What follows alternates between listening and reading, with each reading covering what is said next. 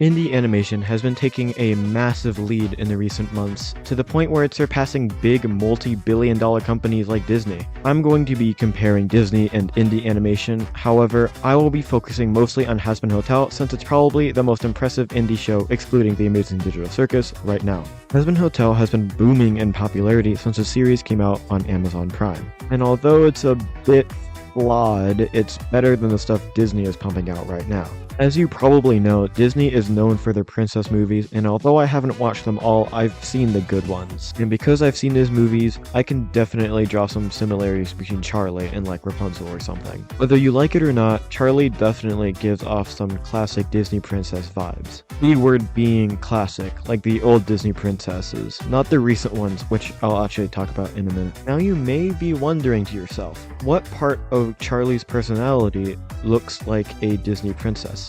And to that I would respond, are you freaking blind? She has depth, story arcs, character development, she even has daddy issues. I would argue that she's even better than some of the classic Disney princesses. So when you're comparing Charlie with the recent Disney movie characters, I'd say that Charlie wins by a mile.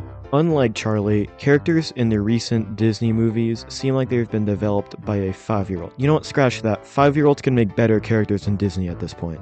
However, don't take this the wrong way. In no way am I saying that Charlie as a character is perfect. She has character flaws, and I'll maybe get into that in a future video, but she's miles ahead of the recent characters made by Disney. Now I keep mentioning recent Disney characters and recent Disney princesses, but who exactly am I talking about? Well, I'm sure you've heard of the movie Wish, right? How big of a flop it was. The main character of the movie... One second, what's that person called again? Oh yeah, right, sorry. The main character in the movie's name is Asha. And let's just be clear, I actually haven't even seen the movie, but judging off its Rotten Tomato scores and accusations that it was made with AI, along with my 30-second review from my cousin, I'd say it's pretty bad. Now I understand if you think that I can't be talking since I haven't seen the movie, however, the fact that I haven't even considered watching the movie, even though I'm making a video off how indie animation is way better than multi-billion-dollar companies like Disney, the fact that I, as a big Marvel and Star Wars enthusiast, decided to not even bat an eye when I saw this as a trailer should be enough of a piece of evidence in itself. Speaking of Marvel and Star Wars, since Hazbin Hotel isn't exactly the best comparison with that, why don't I compare some other sci-fi indie TV show, such as Murder Drones?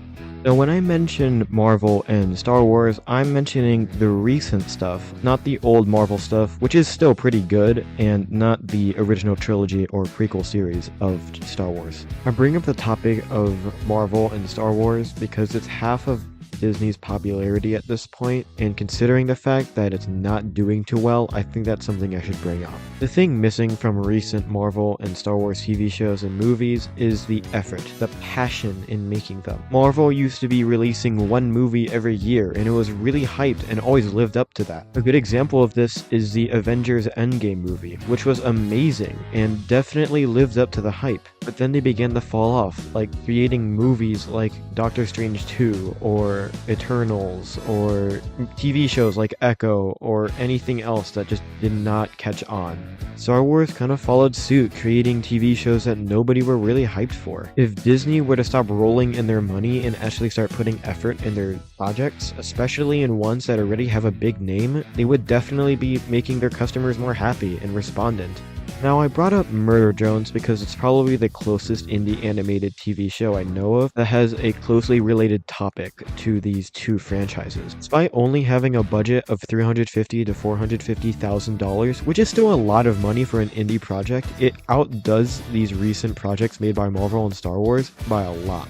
It has its flaws, and maybe I'll do that in a review video after the last 2 episodes come out, but it definitely outdoes everything Marvel and Star Wars have done recently combined. Disney has lost my trust in their productions. I've never felt any hype recently about any of their movies or TV shows, either presently or to come. The only Disney products that have actually got my attention are TV shows like Loki or The Bad Batch that actually were good and I knew they couldn't mess up. And even with those shows, I still waited for reviews to come out online so I could just watch those reviews and decide whether I should watch it or not. And I know I'm not alone in this Disney is bad debate, because plenty of people on the internet share my opinion. So when I see Disney making really bad characters or just really bad movies and TV shows altogether, I can't help but turn back to indie animation and just enjoy what the random people on the internet can do. Glitch has started out small with meta runners, but has grown to the point of levels like The Amazing Digital Circus, which have gotten more views than dollars made on the opening weekends of some movies made by Disney.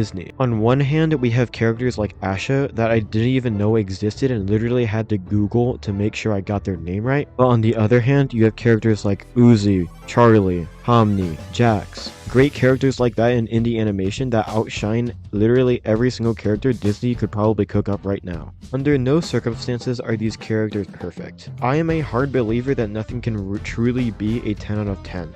You'll never catch me unironically saying it's a 10 out of 10 because it doesn't make any logical sense. But this is no excuse for Disney making horrible characters, because if some random studio on YouTube can make characters better than a multi-billion-dollar company and only have a budget of a few $1,000s, I think they really should step up their game. Which is why I kind of brung up Charlie. Charlie kind of represents what Disney used to be. Charlie is the princess of hell. She has a goal, a motivation. It's to save her people from getting murdered every year. And it reminds me of classic Disney movies like Moana or Tangled or some other good movies. Even though Hazbin Hotel is a bit more adult. Oh, harder, Daddy! And what can you do, my effeminate fellow? I can suck your dick.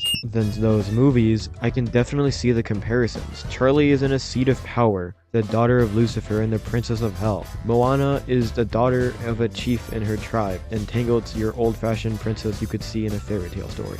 Yes, I have my own problems with Hazbin Hotel, but I'll probably talk about these in a future video. Right now I'm going to talk about how most of these could be probably just chalked up to production errors, while Disney can't say the same thing because they are a multi-billion-dollar company and should not be making the same excuse. And the icing on the cake is that I only became interested in Hazbin Hotel like a couple months ago. The fact that I can be pulled away by something as simple as Hazbin Hotel compared to something like Disney, which is a multi-billion-dollar company, I remind you, is very shocking to me. It really goes to show how important indie animation could and is, and that's kind of why I base my entire channel around it. So in the off chance that Disney is somehow watching this video, which is just as likely as them improving their content, you're losing, so get your act together. And to any indie animation TV creator or movie creator, I have my hat off to you. You are beating a multi-billion-dollar company, and I have mad respect for you. Anyway, those are pretty much most of my thoughts on this whole Disney scenario, but which topic should I cover next? Consider leaving a comment down below of what I could cover next. If you like the content you're seeing, consider leaving a like and subscribing, because I'm going to be releasing content like this in the future, such as theories, reviews, and breakdowns, so stay tuned and I'll see you next time.